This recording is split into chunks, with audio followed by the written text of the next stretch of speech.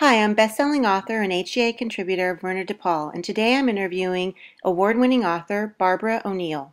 Your new release, The Garden of Happy Endings, uses gardening as a story device. Do you have a green thumb, or do you simply wish you had one? I actually admit to having a green thumb. I have a really big garden. I grow vegetables and flowers and anything I can do. Actually, I have houseplants actually that are older than my children, which is sometimes a problem when they're taking over the house. But um, I really find, gardening in Colorado is something of a challenge. We're at 7,000 feet, so that's always really an interesting undertaking. So my varieties are sort of different than maybe other people's would be. The Garden of Happy Endings includes recipes. Which one is your favorite? Oh, my favorite is absolutely the chicken and dumplings. Dumplings are something my grandmother used to make for us it's a big comfort food. Awesome. I love chicken dumplings too.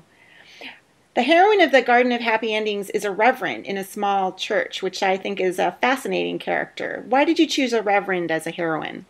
I actually attend a small church, much like Elsa's, and the reverend of this church is a good friend of mine, and it seems like an interesting path, one that sort of it has its own challenges, and I was just fascinated by what it would be like to live that life.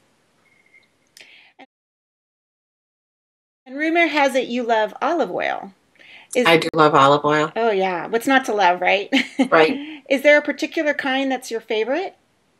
Oh, I would love to have lots of imported olive oils, but I mainly just go with the basic, extra virgin olive oil that's, at my local grocery store. And same question, but this time about ale. Oh, now ales I can get a little bit more enthusiastic about.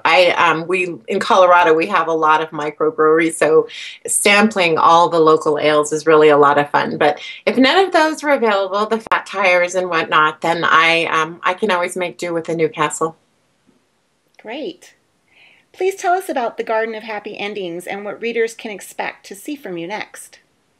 The Garden of Happy Endings is a story about two sisters who come to a crisis point. Each of them comes to a crisis point in their lives, and they come together to create a community garden in a challenged area. And all of them learn all the people participating in the garden all learn to have faith in the greater world, in each other, in the community through the garden.